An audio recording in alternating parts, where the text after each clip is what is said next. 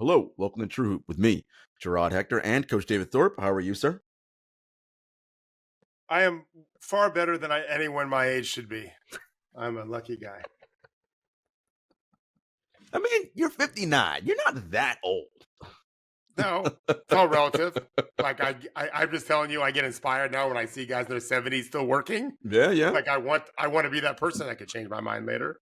But no, I had an interesting. I won't go into details, but last night I'm watching the first game, the Knicks game, and I have no audio on. My wife's on a phone call with her 85-year-old mom she's doing great, but she's 85. Yeah. So there's issues there. And I'm looking at my wife and I'm just like, I married this woman for 34 years. I still think she's beautiful. I'm watching this NBA basketball with like meaningful games in December. The weather is crisp outside. Like, life's pretty good. I'm a lucky man. Yeah, exactly what I was thinking last night. But I really was taken with, and you mentioned it, or maybe Henry mentioned it in our document, or in our chat after the Rockets game. Like I already know because I'm talking to players. Like these games fucking matter. Yeah, for sure. And I really am, as someone who's been a fan of the NBA since Jerry West in the early '70s when I was 7 years old, and makes a living on it now for decades. I'm so happy that they've stumbled out of something that really works. And I have a philosophy as to why the cup works. We can get to whenever you want to get to it. Yeah, no, I'm with you there. I think that's a perfect place to start. We're going to be discussing the NBA quarterfinal matchups in the NBA Cup. And then we'll do a semifinal preview. David, I'm with you. I think, as I've said before, the NBA is full of arguably the most competitive people on the planet, player-wise, right? These guys just they want to compete at anything. Dominoes, who gets to the gym first, whatever. It doesn't matter. That's just how these dudes are wired.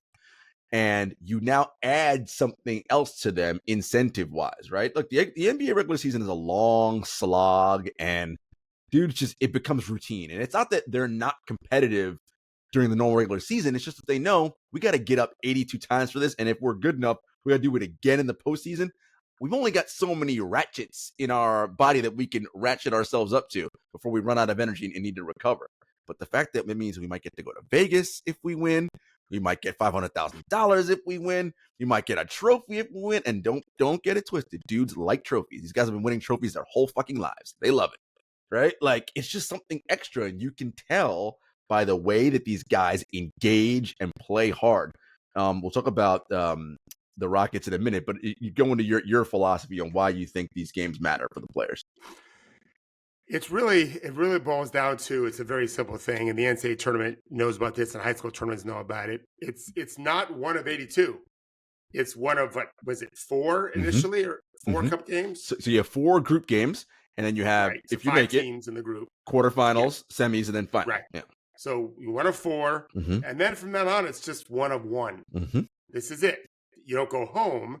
You just can't play in this tournament anymore. Correct. And as someone who has way back in the day coached, 100 tournaments, easily 100, maybe 150, there's just something different about the tournament format where it's just one of a small number instead of one of a larger number. Now, in high school, my first year, you played 22 JV games and I think 25 varsity.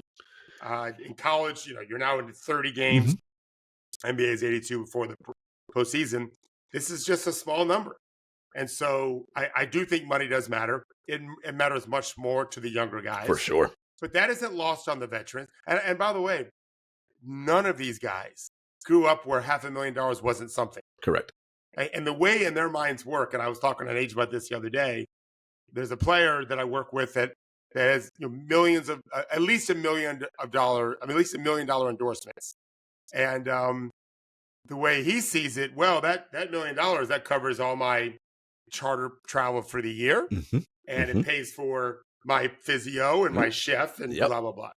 Now, I said, listen, when you're making, let's call it $200 million, right?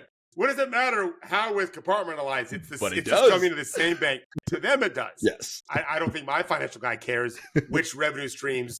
He just wants to see the final number. Right. Okay, and then we go from there. Yeah. But that's how a lot of these guys think. There's nothing wrong with. They're not alone, by the way. Right. It's not only athletes who think this way. Shaq famously, I think, lived on his endorsements. Mm-hmm. Never once Touch paid. salary.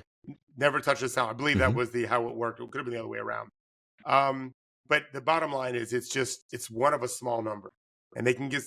And so this plays into, you and Henry have talked about this a bunch. Obviously, I have as well. If we just played less games, it wouldn't be one of 82. It'd be one of, let's call it 58, right? I've always argued, let's start with 72 and go from there. 58 makes a ton of sense. I think 72 does as well, but 58 makes more sense. It's just a smaller number. And so I really think, Jarod, I don't know that we'll be alive or covering the league anymore when it happens, but I think this cup alone starts the process of getting the oligarchs who run the league now, the oligarchs and hedge fund guys, to recognize maybe less is more. I hope so. Maybe more dramatic games and less injuries, which means more star power, equals the same revenue we're getting now in or 82 more. Or more. Correct. So, yeah, I think that, and maybe even a better product, because we actually can practice more. And I don't mean practice hard, but we can practice and go through stuff better and execute better and recover, and have healthier bodies and all of that. So, yeah, there's no, I mean, well, you made a point in the in the chat that it was also the Rockets having lost 15 straight games to Golden State, but still, I get it. Talking to these players, man, they really, one two-way player told me that he moved up to with the varsity because he wants to go to Vegas, and you can't get paid if you're not in Vegas. That's the rule. So he's all invested now, and $500,000 to a two-way player is doubling his money. And if you factor in licensing, so these guys can, the two-way players can make another 500, let's call it 500, a little bit more on a licensing fee if they dress for 42 games. Half of that if they dress for half of 42, 21 games. So for these two-way players in this tournament, they can get $500,000. Is it just to win? To win it, yeah. The winning team, right? Yeah. And then also move towards that 41 to get another $500,000. Correct. Add that to their 600,000. Now they're making 1.6. That's basically a minimum contract in the league. That's valuable stuff. It look, again, all of these pieces matter, right? Every little piece in detail matters when you add in the fact that, oh yes, as I said, these are competitive motherfuckers, right? They just want to win shit. That's just how these people, that's how you make the league. If you're not competitive, you ain't making it in this league, right? Any sport, right. To be fair, and I know you're not being unfair, it's not that everyone wants to win. Bobby and I used to always say everyone wants to win. Do you have the will to prepare to win? That's really what we're talking about here. Is what do you do to get to where they are? They have to spend lots of hours doing things to their bodies most humans don't want to do. Yep. Because it's hard. It hurts. Like I was thinking the other day, like how many times do these guys 6'9" and taller fall in a game? It's not a small number, especially if they're scoring. Because every time they go to the rim, they get touched. They're going down, not just to draw contact, but also if they land without falling, it puts more pressure on their knees and ankles and joints. It's not fun to fall at any age, much less at that age. So they do it all the time. Or diving on the floor or whatever. Yeah, so you have to bring that all the time to be able to play well when it matters in games. That's where they're competitive every day. Yeah, for sure. And let's get right into the games from last night, and we'll go through in reverse chronological order. So from the last game all the way back into the first game on Tuesday. Rockets Warriors. The Rockets win 91-90. Great game in terms of like just a competitive level. Super competitive. David, what I was so impressed with the Rockets was when the Warriors went up 7 late in the game. I've seen countless times how many teams just, that's it. Warriors are up. They're flexing. Like, it's not that they quit. It's just that they feel like this is the insurmountable object and we cannot move past them. But the Rockets never stopped guarding, and damn, these guys can guard their asses off. Man, can they guard. And that defense is what really kept them in the game because offensively, my God, were they putrid. Now, some of that was due to Golden State, but a lot of it is also due to them.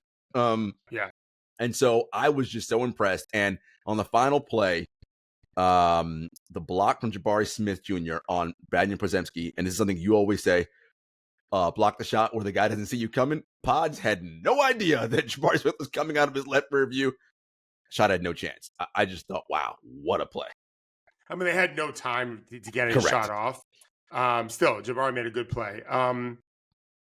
So I watched the fourth quarter this morning. You're right that Houston didn't quit.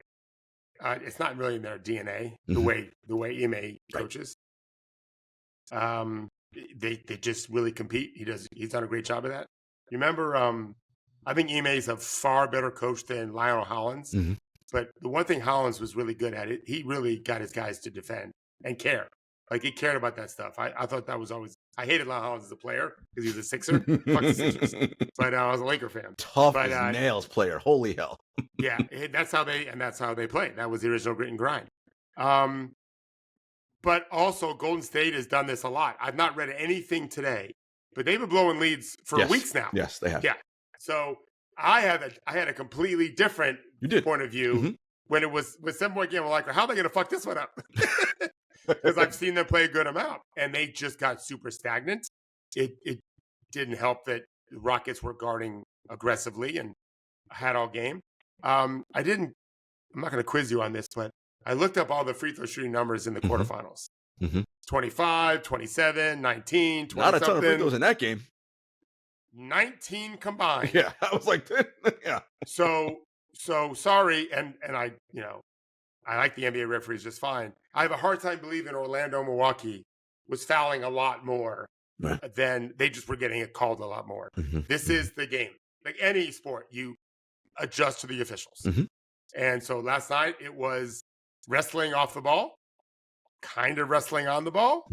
And maybe people think that's prettier. I don't necessarily like that. But the game was dramatic. I mean, I loved every part of that. All the games were good that way. Yeah. But I thought Golden State did a terrible job down the stretch. I mean, they had the turnover, the Draymond Green drive. You don't want Draymond Green creating with 4 seconds on the clock from the left wing. That was an air ball runner. Next possession, Kuminga face cuts. Right, the turnover there. He gets who was behind him? Dylan Brooks. Yeah. So he may not have scored. It's not like Dylan Brooks is soft. Right. And Draymond threw a terrible pass. Okay, I was going to ask you, whose fault was that? Was that Kuminga not cutting right, or Draymond lead him too far? Okay. Draymond just made a bad pass, yeah. Okay. But I remember thinking, this is not a young guy making that pass. Could that have something to do with it? I did think about that. Draymond still can pass fine, but that was a big mistake. Like, you can't miss. He could have thrown almost any pass and it would have been caught. It may not have been scored. It could have been caught. Steph held the ball too much late in the games. And it wasn't like Houston executed well on offense. They didn't. They got one nice inbounds play. The Van Vliet three. That was a huge three. Huge. Podziemski screwed up. He split the screen instead of chasing over the top. That was, I think, my guess is that was a mistake. I've not asked anyone yet. I will. But I think he messed up there. And then Şengün made a nice move on Looney, who was afraid to foul when they were down 3 and cut it to 1. The biggest mistake of all was Gary Payton not calling timeout when he dove for the loose ball. He got rid of it. I was shocked. Yeah. I thought maybe they had no timeouts left, but they did. I'm almost positive they did. I didn't triple check it. I double checked. You think he was worried about getting fouled because he didn't want to shoot free throws? I don't know. I just think you have to call timeout right away. Yeah. Like, you have possession. You have to call timeout. You have Steph Curry on your team.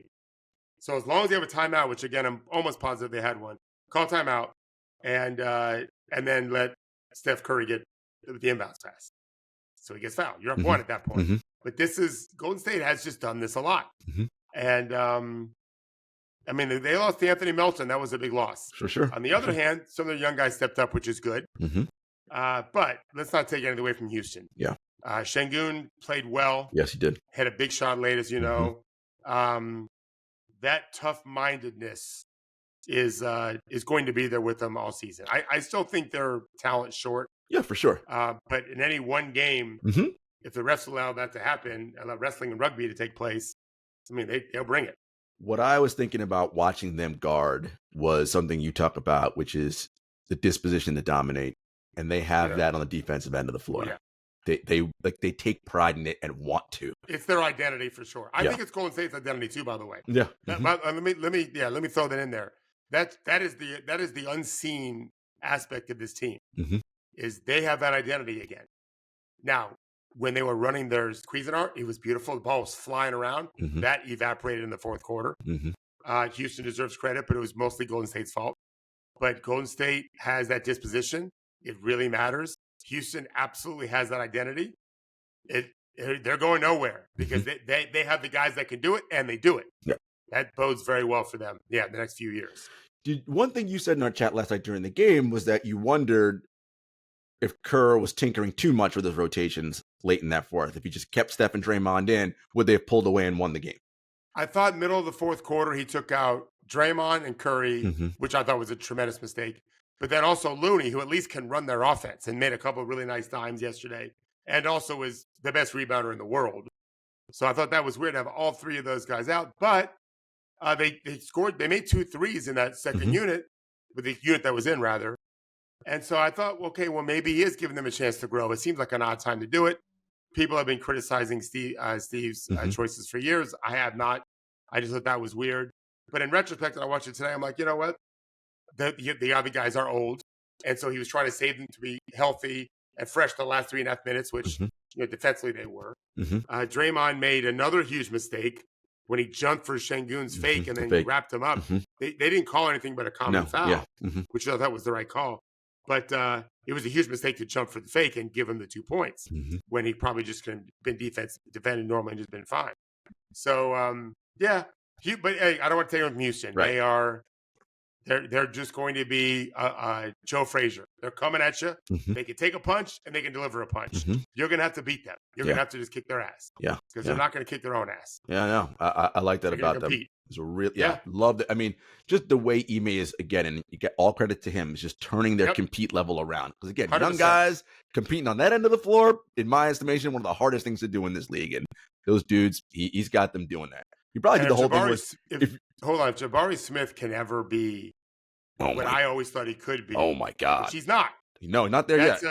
That's a big difference. Yeah, he's young. It's a big difference maker. Oh, my God. If all of a sudden they've got a legit 20-point, 25-point, really 25, like that level scorer, boy, that just totally changes their trajectory. So, and you can see flashes, David. I'm like, I see it. Yeah. I see it. Look, that's the hardest thing, right? Put it all together and become that version. Like, that's the hardest thing ever. But man, if he can get there, look out, Rockets. They're going to be a really tough out. All right, going to the first game of the night, Knicks Hawks. Hawks won 108-100. David, in that third quarter, rebounding. The Hawks had 22 offensive rebounds and 11 more possessions. Now, that was due in large part to Cat being in foul trouble. And I will say this. Yeah, he had 19 rebounds, didn't he? Yes. Cat had legitimate gripe to be angry with the rest for their inconsistency in foul calling, because they were inconsistent. However, you are not a rookie or a second-year player or a third-year player. You're a vet. As David said before, in their first game, this is how the refs are calling the game. You've got to adjust and know better. And he just didn't. Yeah. My take from the game was, boy, Atlanta looks athletic. Just athletic, connected. Trey wasn't great. He was fine. He wasn't amazing. He made a couple of nice passes late. In that third quarter, mesmerizing character. But if he was just another dude, you wouldn't think about it. He scored 22, I think, in the game on a good number of shots. I think that's right. Jalen Johnson, DeAndre Hunter. Yeah, Hunter's sixth man of the year. So good. He's only started 2 games. So good. He's been, I remember thinking that team can win a championship. And here, Conway was great. He and Capella, 23 points, 24 rebounds. That's a maybe. Nice duo. 48 minutes of that combination. And is that better than the Mavericks duo of Lively and Gafford? Yeah, I think so. Yeah, they play. It's a different role. Yes. If those guys score 23, it's great. But that's a hell of a center group. Daniels as the defender that you need and a connector. Hunter and Jalen Johnson. I mean, Hunter's 27 now. He's not young. I mean, he's not old, but he's in his prime. That's nice. But that energetic athleticism, I thought they made New York look slow. You made a point there about a connectedness. I want to get back to that. But also what I like around this team is the off-ball cutting and movement that I saw from them. Johnson, Hunter, these guys, like the minute 2 go to the ball, no one just stands. Oh, great. Move, go to the rim. And Trey is an elite passer. Like I get on Trey for a lot of things, Elite. He is an elite offensive player and an elite passer. And man, he knows where to find guys. And they were getting wide open dunks at the rim off of their plays. I enjoyed that. And one of the things about the Hawks and Trey that I've always been down on and I always criticize him for is that I feel like he is not a connector as a player. And I don't know if guys love playing with him. And I think you agree with me on that. I don't know if it's just a little blip that they're having right now when things are going well. Like we talked about, when you're winning, everything's nice and woo, we'll see how it is when they lose 5 in a row. But they seem to be much more together. Trey seems to be putting his arms around his guys more right now. I agree. I feel the same way. And they are a tough little team. They're a tough little team. And they've done this now for a few. Trey has. Yes. Quinn hasn't. Trey has. Mm-hmm. The Hawks have with Trey there. Yeah. This would be, and the matchup is just fine for them to get to the finals. Just fine. Yeah. We'll get to that in a minute. Yeah, we'll get to that in a minute. Yeah. So, they're a team that Houston and Atlanta are two teams that are, have, they're refreshing. They're the Indiana Pacers of last year. In a sense. Correct. We like the Kings from a couple years ago. We like, it's hard to keep it going, but that's what we're rooting for right now anyway. In that third quarter, David, when the Hawks went on their run and outscored the Knicks, God, I want to say it was like 32-18 or something. The Knicks defense just looked putrid. Now, they were missing a ton of shots. Do you think the missed shots, we often talk about how when you're not scoring offense, how it can sometimes bleed into your defense. They just didn't seem connected defensively. Now, look, and also to be fair, the Knicks as a defense as a whole all season, about middle of the pack. 18th, 19th, is that where they are? I got to check. Let me see. Knicks defense. Oh, I lied. No, 17th. I was right.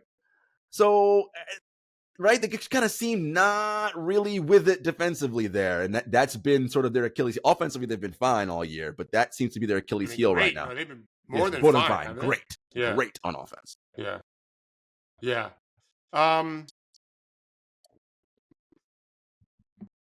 Player just texted me that he thinks he's getting traded in a couple of days. Which oh my goodness! And you're like, calm down. It's okay. You're good. The 15th is when you can get started. So, I think New York looks old and slow. Mm-hmm. I think they look old and slow. Maybe it's because they played Atlanta, but they fight hard. They just look old and slow. They're not very tall either. You know, their Hartenstein's gone and Mitchell Robinson's gone. Right. Cat is got size, but he doesn't play that way. Although 19 rebounds, I mean, correct. Gotta love that. Yes. I wouldn't even thinking about him. Brunson, doesn't look great. Hart played great. That was one of his better games. McBride missed some big shots. They are who they are. They are going to fight, and they're going to grind you on the half court offense and execute. But I just worry that what we always worry about. We get to April, and they're on fumes. It's like, listen, I like the pugilistic aspect of sports, the one-on-one fight, in a sense. And it was like they were the old burly heavyweight that throws haymakers, but you see them coming a mile away, and they're fighting the Roadrunner. Can't catch them. Just, and it's right. It just couldn't catch them as long as Roadrunner is willing to take a punch, because you're going to take some punches. I think Knicks were up early, 12 or something. You can't just have a glass chin. Most teams don't. And any one game, I like the fast teams. I like the fast, athletic, energetic teams. Now they play again. New York would make some wrestling is. If you're in the grasp of a snake, your best chance to get out is right away. The more you maneuver, if it's long enough, it's going to just continue to take all those angles and suffocate you, and constrict you. This is what New York. The more Atlanta would play New York in a series, unless they ran out of gas, like they did against the Pacers in Game 6 and 7 last year, and bodies. But there's they're going to win 45 to 50 games, and then that's probably about the end of it, as they're constructed now. Yeah, for sure. All right, moving to Tuesday's games. The Thunder beat the Mavericks 118-104. Again, I thought the Thunder third quarter defense was outstanding. I mean, all game. Blitz and Luka. And what I thought when they blitzed, David, was really good. Because when you do blitz on pick and roll, your rotations and recovery on the back end have to be on point. And I thought they were in that game. Everybody was sound in their rotation. There's no hesitation. Oh, wait, am I supposed to? Because you're second guess for half a second, you're cooked with these awesome guys who just know where to find guys. They looked really, really awesome. They're athletic. They're long. Yes. They're super. And I think that's what helped them in the back end on those rotations, David. For sure. You know how you always say race to things, and they were racing like their hair was on fire, and I was like, oh my god, like if that team that was the optimized version, and that was without Chet, the optimized version of. I can see how this team can win an NBA championship because if you can play like that for 4 series, it's going to be tough for teams to beat you. Now, Luka is so elite that if he has a great shooting night and he's on, that shit don't matter. He'll beat it anyway. That was not the case on Tuesday night. And kudos to the Thunder. And of course, SGA was a monster. 39-8 and just looked so in control every time he had the ball. I always say when I watch him, it's like he's playing the game in slow motion. He just looks outstanding. And then Thunder had 17 offensive rebounds. I mean, punishing him on the glass, 21 more possessions than the Mavericks. And then in a one-game scenario, if I get 21 more shots at the basket than you, I'm probably going to win. We can go through a couple of things. I believe they had 14 steals, forced 18 or 19 turnovers. So right away, like, I don't watch NFL football, but the few times I've had it on the last 20 years, when if I put it on and the game hasn't started yet, well, got to win the turnover battle. Yeah, no kidding. That's always the key, really. Still, we all know you need more possessions, have the ball more, better chance to score. OKC's speed is their defining quality. They're small, so they just get to where they need to go, and they get there with purpose and passion, right? When you're blitzing, I talked to a Mavericks player who talked about they just haven't seen a lot of that. But Luka's seen blitzing. Of course he has. But when you're blitzing, it is imperative that the two guys on the ball have active hands, wide and high, to inhibit the easy pass out of the double. We drill this in high school or in AAU. My son in 6th grade was doing these drills a lot. We don't just double. In the pros, you can say, well, we double this, and most guys should already know how to do it, although they don't always do it. But you got to teach it at some point. Because if I can get some deflections, or if the initial pass Luka wants to make isn't there, if there's a hand in the way, he doesn't want to turn it over, that buys the extra blink of an eye time for the rotation to arrive where it needs to arrive. Yep.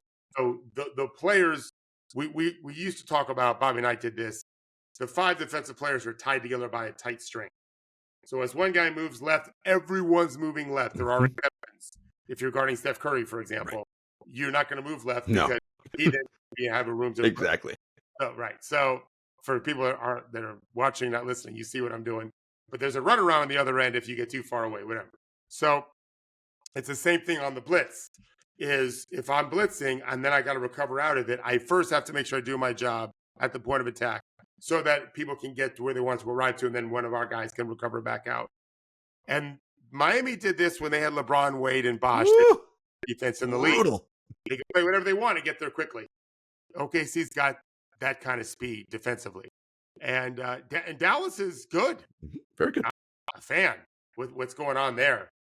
They had 10 steals. But you make it easier. You mitigate some of the problems that Luka brings when you have that kind of team speed and that kind of tenacity at the point of attack. As it relates to Shai, we've talked this one before, maybe in the last month, probably in the last month. I don't like the phrase "take what the defense gives you." That's just someone like Shai, right? Because everything is in your arsenal. There is your I forget the name of the Marvel character Hawkeye. Got pretty much every cool arrow possible in his quiver. That's Shai. There's nothing he can't do. Not that he loves shooting threes, but I think he made 4 in the first half the other day, including like a step back against great defense. And so now you're just in trouble. You're a defensive team. It's like in the Marvel movie. You're a Thanos. We have a Hulk. So it turned out it didn't matter for Hulk when Thanos was the bigger guy. Well, you've got Luka. We got Shai, and Shai was better, right? Because he's quicker, right? And he's got better horses around him, maybe. So, I really like. OKC's got a lot of weapons that way. Their systems are really good. Yeah, I think that's super important to recognize is the way they're playing with their talent Shai needs to be great. J-Dub, I thought, was very good in big parts of the game. I don't remember his total numbers, but I thought he was key for a while and when it mattered. And they have their identity too. They get after it defensively. And I think that's something, even Milwaukee's doing the same, but we'll get to them, I know. Like, these teams care about defense. They're not winning with offense. The league we're seeing this right in front of our eyes. The league, these guys care about defense. So it'll be different when they don't draft for defense in June. I'll deal with that then. But there are really good defensive players that are going to be available that probably won't get drafted. And then you're going to lose to them when you play them as a two-way. It gets moved up, whatever, later on. Yeah. I mean, you kind of have to be now, right, David? Because the offensive talent around this league is too good. There's too many. If teams that are fully got 5 guys weaponized on the floor at a time, if you can't guard, you're screwed, right? Like, someone has to know what they're doing. Make a note of this come springtime. But watching colleges, because I have college clients now for the first time, and my son isn't playing, although I do watch his team mostly.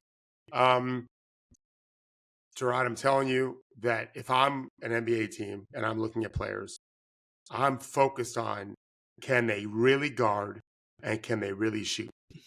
Everything else is secondary.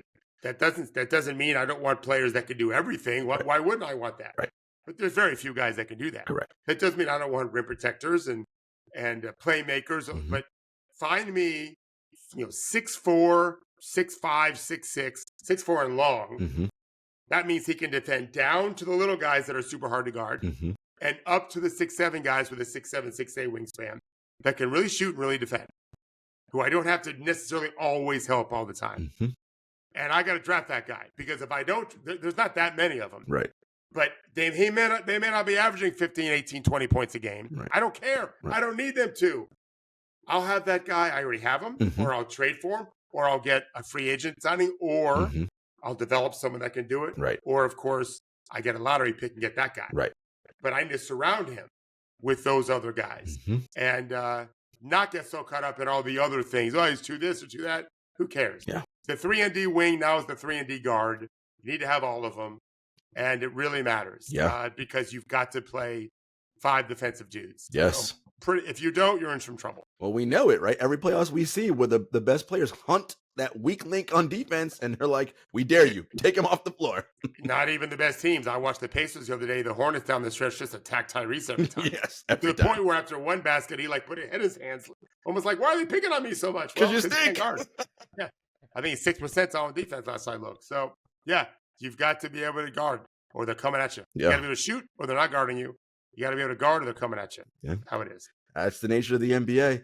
All right, and the first quarterfinal game, which we thought had the potential to be not great because of the injuries, but once again, we talked about defense is the theme of this show. Yeah. Because they can guard their asses off. The Magic were in a 1-possession game, down their 2 best players late in the fourth quarter. Matter of fact, Jalen Suggs had a great look at 3 to either tie or go up 1, and he missed. But otherwise, he shot well.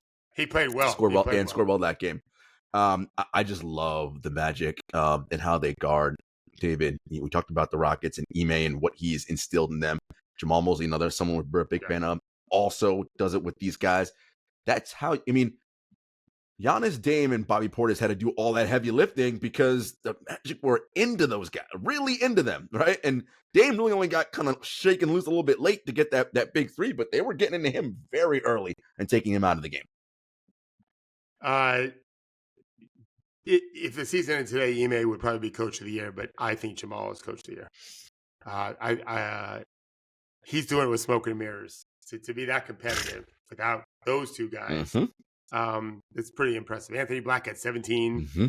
Jalen had 30-something, which was nice. Yeah. I think Goga played well. Yep. I had a player. I had a multiple-time champion tell me this summer how important, he was telling me about how important identity is, even in the NBA. It's like, there's so many games. I'm always marveling at the number of possessions these guys. How many possessions? I just read an article today about Chris Paul. How many possessions has that guy played? Jesus. And you can get lost in the weeds and the emotions of everything and lots of stuff going on in your life. That identity helps bring you back. I'm a big believer. I've given this speech many times when I was a high school coach to young parents about identity for teenagers. And I used to rail against skateboarding as an identity because I thought it was a slacker culture. And I had a mom who's, this was many years ago, who thanked me. Her son he was just starting to look the part of a surfer, skateboarder dude. Not that we have a lot of surf here on the West Coast. We don't. But he was also a very gifted basketball player. And I convinced her, I think our culture is better than that culture. And that identity is being a hard-nosed basketball player. Well, he ended up being a 3-year starter on varsity. It was a preferred walk-on at high-level Division I. Very, very, very successful person in the financial world up where you are in the city. Does very, very well.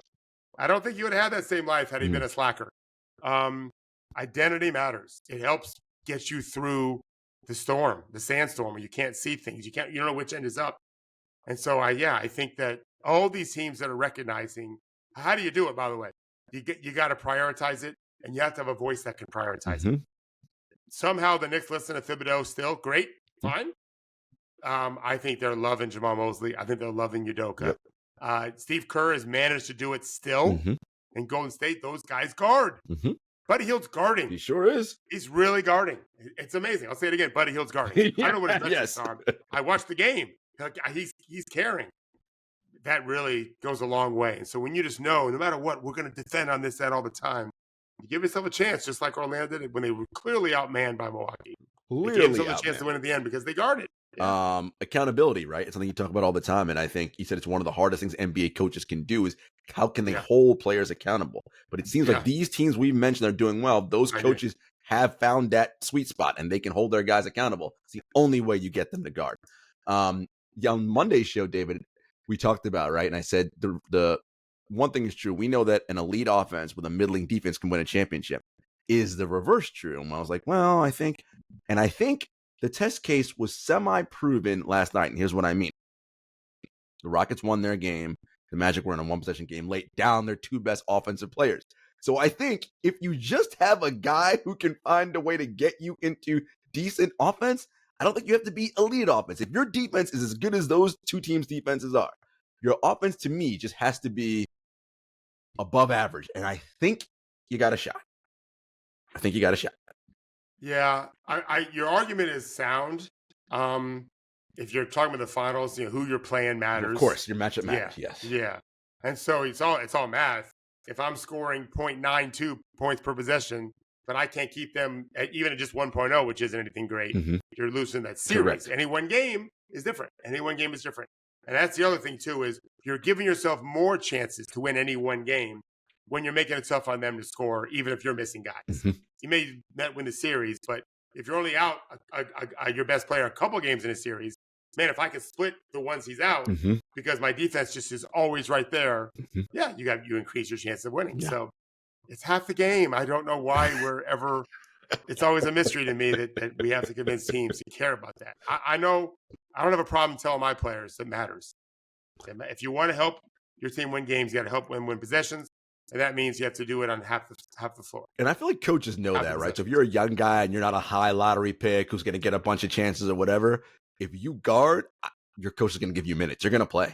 Like I say, it's hard not to play the guy that's helping you play defense, as long as you don't fuck their beautiful offense. Don't fuck up what's happening on offense. That's also very important. That's one of Thorpe's rules. Don't fuck up the offense. All right, guys. Don't foul. Don't fucking foul. That's number one. The offense. Right. Don't fuck up the offense. Yeah. We'll be back after a brief commercial break. All right, David, let's look ahead and preview the semifinals in Las Vegas. First game up, Hawks versus the Bucks. It's any one game. Can the Hawks win this game, and how do they do it? Yeah, well, sure they could win, of course, as we talked about. They're probably going to try to do what Orlando did and just really guard positions well, make those three. Bobby was the third one. I don't think you always expect Bobby to score 22 in the game. And, you got to make it tough on Giannis. Don't foul him. I think in both these games, how the refs call it matters. Milwaukee thrives, Giannis, especially on getting to the line. But also, you can make Giannis have to work. Jalen Johnson is not such an easy cover. So, it's any one game. Limit your turnovers, limit second shots, play fast. I think Atlanta's going to play fast and loose. And last year, I don't remember which round Milwaukee went to some zone, and Indiana solved it pretty well. I could see that happening again, where Milwaukee's going to show some zone. So how Atlanta handles that matters. Mm-hmm. They've got a lot of bullets. Trae Young's got a lot of bullets to fire. Mm-hmm. He can be 30. He can score 35. He also could be not very good. Oh, yep, very possible. Dame Lillard, same thing. I think Dame's more consistent. Yeah, I think that who's favorite, Milwaukee? I haven't seen the line yet. My guess is probably to me, it's Milwaukee. a pick'em game. I think they're about the same team. Neutral site, so nobody's got the home court, whatever. So yeah, I think the Hawks and the Bucks are about the same in terms of defensive numbers, in terms of where they are as a team. 15, 16, they're right about the same defensively. I think the Hawks, because of the Trae Young factor, I mentioned how elite he is offensively. There is a level of competence he has when running an offense that I think the Magic we're definitely missing down the stretch in their game. So in a close game, Trae might know how to do the right thing, whereas the Magic kind of like, shit, we're really kind of handcuffed here. Now, the Hawks, of course, don't play anywhere near the defense that the Magic do, but, they're not terrible on defense. I'm a big believer, too, that who you just played matters. So I think that Milwaukee's faced a really good defense. Mm-hmm. I don't think they learned anything, though, about it. Whereas I think Atlanta's defense against New York mattered. Mm-hmm. I would give. I have no idea who's going to win the game, and which means if I don't, nobody really does, except professional gamblers or studying it. But I like Atlanta coming off that road win in New York. Mm-hmm. Mm-hmm. I've said this for many years covering the playoffs when I was at ESPN. Who you played the previous round really helps in game one, typically, of the next round. So I think Atlanta has an advantage of that win, that very convincing win. Yes. That they grew some. Doesn't mean they'll continue to grow. You go back and forth all the time. But they still have to make shots. But, yeah, I think they can. I think they're going to take more from it than what Milwaukee did, beating a pretty hapless Orlando team that fights hard. I agree. Yeah. And just check the line. Milwaukee's favored by 3.5. So, right, that's, to me, that it's a one-possession game, right? So, again, it's toss-up for me. I think if Trae has a very an elite game, look out, right? If Dame and Giannis do, well, then it's problems. But, yeah, I think it should be a good one. All right, looking ahead to Rockets versus Thunder. David, two young, exciting, athletic teams that get after it defensively. One team's got Shai, and that probably is going to be a big difference. But the Rockets are going to be no easy stuff for Shai to get his points off and do his thing. What are you looking forward to in that matchup? So OKC doesn't rely on movement off the ball the way Golden State does. Correct. Houston really blocked them a lot, held them, got in the way, kind of mucked up that movement. Can't do that against OKC because now you're doing it against the guy with the ball. So which means if foul. you tell me OKC doesn't shoot, I don't know where they are free throws per game. I have it right here, actually. Okay. Free throw attempts a game. I would think they're pretty low just because of they're second to last. So I don't think it matters from a standpoint of free throws shot. I think it matters as to can Houston play as physical as they want to play at the point of attack? And the answer normally is no, that they call those. Mm-hmm. So that gives OKC a big advantage on that end. And I think Houston's much easier to guard than what they just did last night. Yeah. I think OKC it's going to have an easier time guarding Houston than Dallas. I agree. And I think they'll have I think Houston's going to be challenged to guard them. I give OKC a big advantage on that. And Shai is a big part of that. Yes. They have a lot of guys that can dribble past you and shoot. And just seems to be they're really growing into a real confident team. OKC 5.5 point favorites in this game. I worry about the Rockets' late game execution against OKC's defense. Again, they had some trouble last night. Aside from that one great out of bounds play, they got the three for Van Vliet. And Şengün 1-on-1, they were offering no help because Golden State was up 3. Mm-hmm. So Looney, who's their best 1-on-1 defensive player now anyway, Şengün 1-on-1, and they're not going to help because they don't want Şengün to kick out for 3, and now they're down. Mm-hmm. So, now they're tied. So they gave up the 2 and hoped that he would miss, and Şengün didn't miss. But other than that, Houston didn't do anything special offensively. Yeah. Defensively, they're obviously very sound. Without question. And I love the Thunder's bench unit. Kenrich Williams, Isaiah Joe, like those guys are great off the bench. I think that's about right. The 5.5 points. I'd be surprised if OKC doesn't win that game. Of course, it's one game, so anything's possible. But I'm leaning towards OKC in that one. And then I think that first one to pick them. I'd love to see it be Atlanta, and Atlanta and OKC, and then give OKC a chance, David, to sort of quote unquote win their first title. Right? Have an actual game with stakes that win. Yeah. And how does that buoy them going into, assuming everybody's healthy and all that, going into the playoffs in the spring, right? Does that put wind in their sails? Like, okay, we know what we have to do to execute, et cetera, et cetera. I'm excited to see how that plays out for them. Yeah, we have to watch the refereeing too. The Thunder lost to the Rockets recently, and I think Houston took like 40 free throws, 39 free throws. So let's see how they call it in this game. I would bet it won't be that like that. This is something lost by 3. Yeah, this is something we talked about when we've been talking about the Rockets. Once again, Jalen Green, not a lot of minutes down the stretch in that game. And I just, look, he had that one. Made 2 big free throws, though. 2 huge free throws. He had that play in the first half where he just got by his defender and just rose up and left-handed dunk. I was like, oh my God, this guy's so good. Like, he has these moments, David, where you're just like, Jesus Christmas. This guy could be so good. But putting it all together, God, it's so difficult. Yeah, it just hasn't done it. They pay him a lot of money, though. They've agreed to a big extension, so he's going to be there well. Yeah. At least for this year, anyway. Look, if Jabari Smith makes the leap and he's who we like, a 20-point per game scorer, like, God, and if Jalen Green is, that's a lot to ask, that's right? That's a different story. I mean, now you're talking about title contender. That's a good way. That's a good way to put it. Oh, for sure. Yeah. Even just one probably is enough. Yeah. Jalen Green was just good. Yeah. He's just not consistently good. Yeah. Yeah. And Thompson, too. Tom has a lot of talent. Yes. Bringing a lot to them defensively. Oh, my God. Şengün's terrific. Yeah. They got a lot of guys. Thompson was so good defensively last night. I was like, he's tough, boy. When their bench unit comes in, you think, oh, we got a break. The scrubs are in. No. Like, those guys are maybe harder to score on. It's like, Jesus Christ. If Tari Eason and sort of Thompson and Amen Thompson were in a 2-on-2 tournament, like, games would last a long time. They may struggle to score, but you're not scoring either. You are nuts. Yeah. They have to have a time limit to that. Could you imagine to 11? We've been here for 2 hours. Yeah. And it's right. They're not easy to score on. Oh, my God. And I just love that they care about it on that end. They care so much. As for young guys, so huge. Look, those guys will play long in this league with that kind of mentality and mindset and make a shit ton of money. Yeah, make a lot of money. All right, David, top 5 time. Okay. Who is on your 5? I almost just did.